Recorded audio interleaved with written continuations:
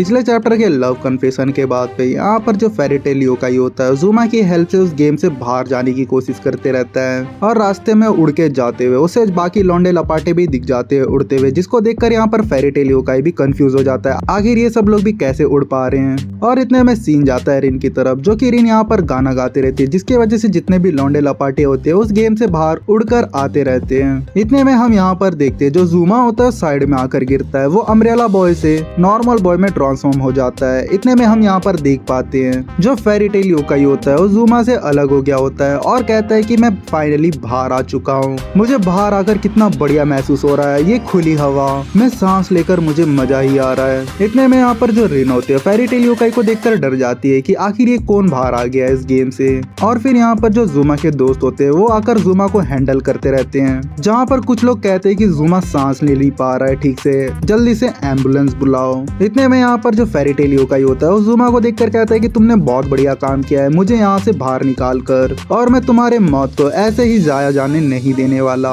लेकिन इतने में यहाँ पर जो फेरी टेल योकाई होता है उसे गाना सुनाई देता है रिन का, जिसको सुनकर वो कहता है कि इतनी वंडरस पावर किसकी है आखिर। और फिर यहाँ पर जो फेरी टेल योकाई होता है और रिन को देखकर कहता है कि तुम्हारे पास इतनी ज्यादा पोटेंशियल है कि तुम इस दुनिया को तबाह कर सकती हो। ये बातें बोलते हुए वो रिन को पोजेस करने की कोशिश करते रहता है और उसके अंदर झांकने की कोशिश करता है ताकि वो उसे इमोशनली ब्रेक करके उस पर काबू कर सके, जहाँ पर वो माई के यादों की हेल्प की वजह से रिन पर काबू करने की कोशिश करता है। लेकिन यहाँ पर ये चीज सक्सेसफुल नहीं हो पाता है क्योंकि यहाँ पर जो माई की आत्मा होती है वो ऑलरेडी रिन को हॉन्ट कर रही है, जिसकी वजह से वो किसी का भी पपेट बनाने उसे नहीं दे सकती। और इतने में यहाँ पर जो रिन होती है वो कहती है कि मुझे गाना गाकर इस इविल योकाई को हराना होगा। इतने में यहाँ पर जो फेरी टेल योकाई होता है अपना माउथ गार्ड यूज करके रिन के मुंह को गायब कर देता है और कहता है कि रिन को भले ही मैं तुम्हारा बॉडी कंट्रोल नहीं कर सकता हूँ लेकिन तुम्हारे बाकी बॉडी पार्ट्स तो कंट्रोल कर ही सकता हूँ। इतने में यहाँ पर सीन जाता है ओकारुन की तरफ, ये लोग यहाँ पर नीचे गिरते रहते हैं क्योंकि यहाँ पर जो रिन होती है वो गाना गाना रोक चुकी होती है, जिसकी वजह से ये लोग नीचे गिरते रहते हैं। इतने में यहाँ पर जो सर्प होता है नैनो टेक्नोलॉजी की हेल्प की वजह से खुद को एक जेट पैक में कन्वर्ट कर लेता है और ओकारुन और पुलिसमैन को खींचकर ऊपर की तरफ उड़ाने की कोशिश करता है, लेकिन उसका जो जेट पैक होता है वो इतना पावरफुल नहीं होता है, जिसकी वजह से ये लोग नीचे की तरफ जाते रहते हैं। इतने में वापस से सीन जाता है फेरी टेल योकाई की तरफ, जहाँ पर जो फेरी टेल योकाई होता है उसके ऊपर बाकी जो लौंडे लपाटे होते हैं वो अटैक करने को आते हैं, जिसको देखकर यहाँ फेरी टेल योकाई अपना आई कार्ड यूज करता है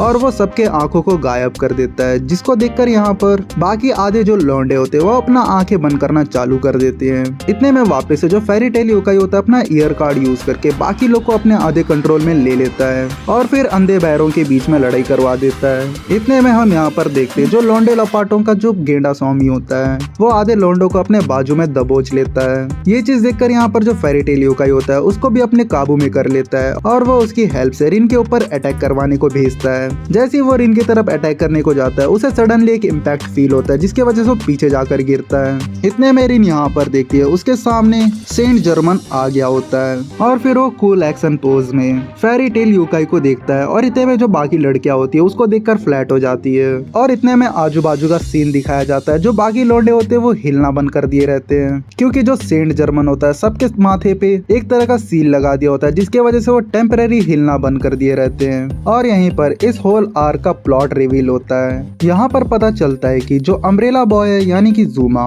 उसको आखिर यहाँ पर जो सेंट जर्मन होता है वही गेम के अंदर भेजा होता है। उसकी हेल्प के वजह से वो इस फेरी टेल योकाई को बाहर निकालता है उस गेम से। जैसे ये चीज फेरी टेल योकाई समझ जाता है और सेंट जर्मन को कहता है कि तुम मेरे रास्ते से हट जाओ जल्दी से जल्दी, जिसको सुनकर यहाँ पर सेंट जर्मन कहता है क्या पता तुम मेरे रास्ते में हो, जिसको सुनकर यहाँ पर फेरी टेल योकाई कहता है कि अच्छा तुम उस टाइप के इंसान हो, इसका मतलब तुम मेरे दोस्त बिल्कुल भी नहीं बन सकते। जैसे ये फेरी टेल योकाई बोलता है वो आई कार्ड यूज करके सेंट जर्मन के आंखें गायब कर देता है। जैसे वो उसके आंखें गायब करता है उस पर अटैक करना चालू कर देता है, लेकिन यहाँ पर जो सेंट जर्मन होता है उसको घंटा फर्क नहीं पड़ता है, वो उसके अटैक को इजीली डॉज करके उस पर अटैक करते रहता है। देखते ही देखते यहाँ पर जो सेंट जर्मन होता है अपने जैकेट से एक ब्लेड निकालता है और निकालकर अपने तलवार पर फिट करता है, या कटाना बोल लो। जैसे वो उस ब्लेड को उस तलवार के अंदर फिट करता है और उसे वो तोड़ देता है, जिसकी वजह से वहां पर एक योकाई रिलीज होता है, जिसके पावर्स को यहाँ पर जो सेंट जर्मन होता है यूज कर पाता है। जहाँ पर वो हवा में उड़ते हुए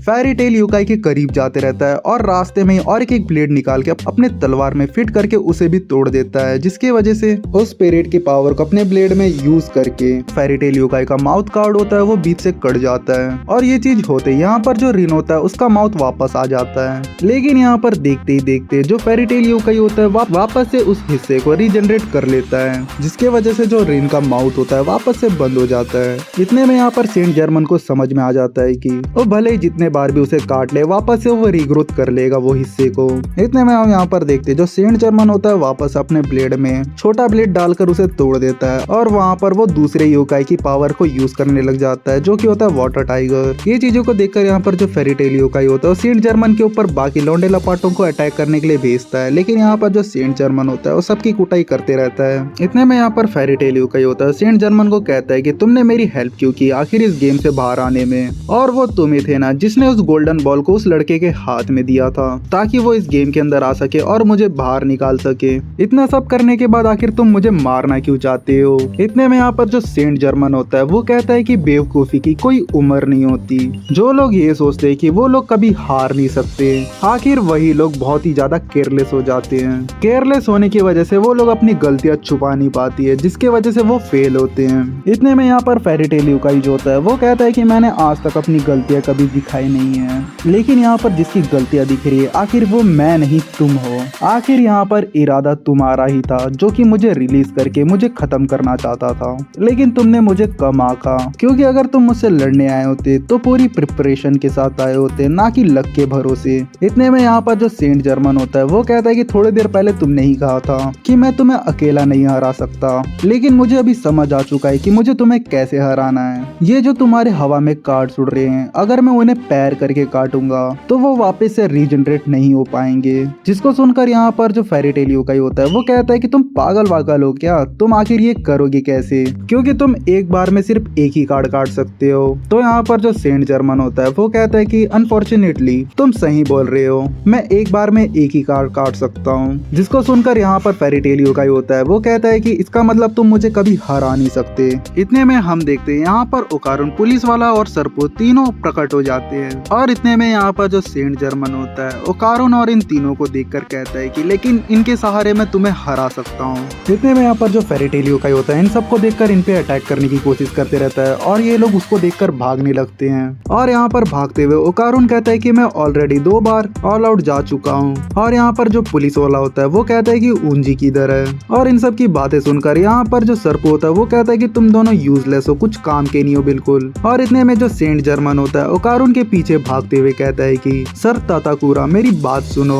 लेकिन यहाँ पर जो ओकारुन होता है वो सेंट जर्मन को देखकर उसकी फट जाती है और वो कहता है कि ये फेसलेस मॉन्स्टर कौन है। और इतने में यहाँ पर जो सेंट जर्मन होता है भागते हुए ओकारुन को समझाता है कि हम एक बार में एक कार्ड के ऊपर अटैक नहीं कर सकते। लेकिन यहाँ पर ओकारुन जो होता है वो उसकी बात को इग्नोर करते हुए कहता है कि आखिर तुम कौन हो और तुम्हें मेरा नाम कैसे पता है। लेकिन यहाँ पर जो सरपो होता है वो सेंट जर्मन को देख के पहचान लेता है और फिर वो सेंट जर्मन से पूछता है कि आखिर तुम इधर क्या कर रहे हो। तो यहाँ पर जो सेंट जर्मन होता है वो कहता है कि मुझे डर लग रहा है कि तुम कौन हो, मैं तुम्हें नहीं जानता हूँ। और वो सरपो से पूछता है कि क्या हम पहले मिल चुके हैं। इतने में यहाँ पर भागते हुए जो ओकारुन होता है वो क्लास मॉनिटर को ढूंढने की कोशिश करता है। जैसे ही वो क्लास मॉनिटर को देखता है और वो कहता है कि आखिर ये तुमने क्या पहन रखा है। इतने में सीन जाता है पुलिस ऑफिसर की तरफ जो कि जुमा के पास गया होता है, जहाँ पर हम देख पाते हैं जो जुमा होता है सांस ले नहीं पाता है। और ये चीज देखकर यहाँ पर पुलिस ऑफिसर कहता है कि तुम मुझे ऐसे छोड़कर नहीं मर सकते जुमा, प्लीज तुम उड़ जाओ जुमा। इतने में हम यहाँ पर देखते हैं जो जुमा होता है अनकॉन्शियस स्टेट में अपने फैमिली को देख रहा होता है, जहाँ पर जो उसका छोटा भाई होता है वो कहता है कि बिग ब्रदर बाय बाय। जिसको सुनते ही जुमा पलट जाता है और उड़ जाता है रियल वर्ल्ड पे।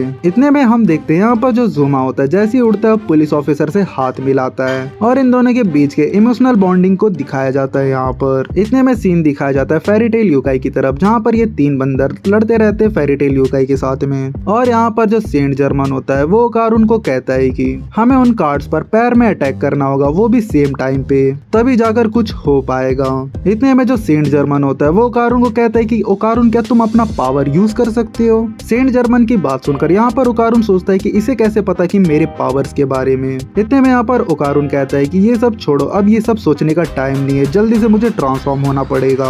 यहाँ पर हम देखते हैं जो ओकारुन होता है अपने फुल बॉडी पोटेंशियल में चला जाता है और खुद के बॉडी को ट्रांसफॉर्म कर लेता है, जिसको देखकर यहाँ पर सेंट जर्मन कहता है कि मार्वेलस। इतने में सब रेडी हो जाते हैं और सेंट जर्मन होता है सबको ऑर्डर देता है, सर ओकारुन आप जाकर फेस पर अटैक करे। और जो सरपू होता है उसको कहता है कि तुम जाकर आइस पे अटैक करो। लेकिन इतने में जो सेंट जर्मन होता है इन सबको कहता है कि रुको, सबसे पहले मुझे जाने दो। जैसे ही मैं उसके पास जाऊंगा तब मैं तुम सबको सिग्नल दे दूंगा, तुम वैसे ही उस पर अटैक करना। इतने में हम देख पाते हैं यहाँ पर जो फेरी टेल योकाई होता है ये चीजों को देखकर गुस्सा होते रहता है और कहता है कि तुम लोग आखिर विलन हो क्या। फिर इतने में सीन जाता है ज़ुमा की तरफ, जो कि अपनी पावर को यूज करने की कोशिश करते रहता है। इतने में हम यहाँ पर देखते हैं जो फेरी टेल योकाई होता है वो ज़ुमा को पावर यूज करता हुआ देख लेता है और कहता है कि तुम अभी भी सांस ले पा रहे हो, लगता है मुझे अब तुम्हारे बॉडी की जरूरत है। ये कहकर यहाँ पर जो फेरी टेल योकाई होता है ज़ुमा पर कंट्रोल करने की कोशिश करते रहता है, लेकिन वो उस पर कंट्रोल नहीं कर पाता है। ऐसा होता देखकर यहाँ पर फेरी टेल योकाई को बहुत ज्यादा गुस्सा आ जाता है और वो ज़ुमा के ऊपर चिल्लाते रहता है और कहता है कि तुम्हें अपनी माँ से नफरत करनी होगी। सोचो ज़ुमा, तुम्हारे ऊपर तुम्हारी माँ ने कितने जुल्म ढाए हैं। लेकिन यहाँ पर जो ज़ुमा होता है वो आखिर समझ जाता है कि जो उसकी माँ है उसको प्रोटेक्ट करने के लिए इतनी सारी चीजें कर रही थी, जिसको सोचकर यहाँ पर ज़ुमा कहता है कि आखिर मैं कैसे अपनी माँ को नफरत कर सकता हूँ।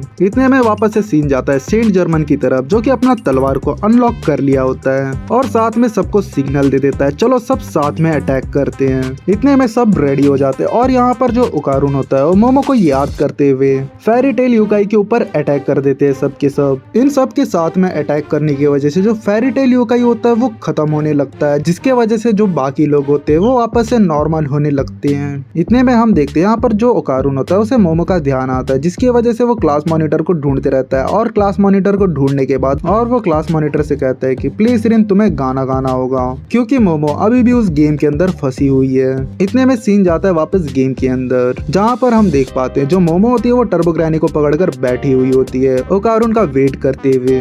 और इसी क्लिप हैंगर के साथ में मैं इस चैप्टर को एंड करता हूँ और नेक्स्ट चैप्टर के साथ में इस आर्क को एंड कर दूंगा मैं। फिर हम लोग स्टार्ट करेंगे करंट आर्क। चलो मिलते हैं नेक्स्ट वीडियो पे।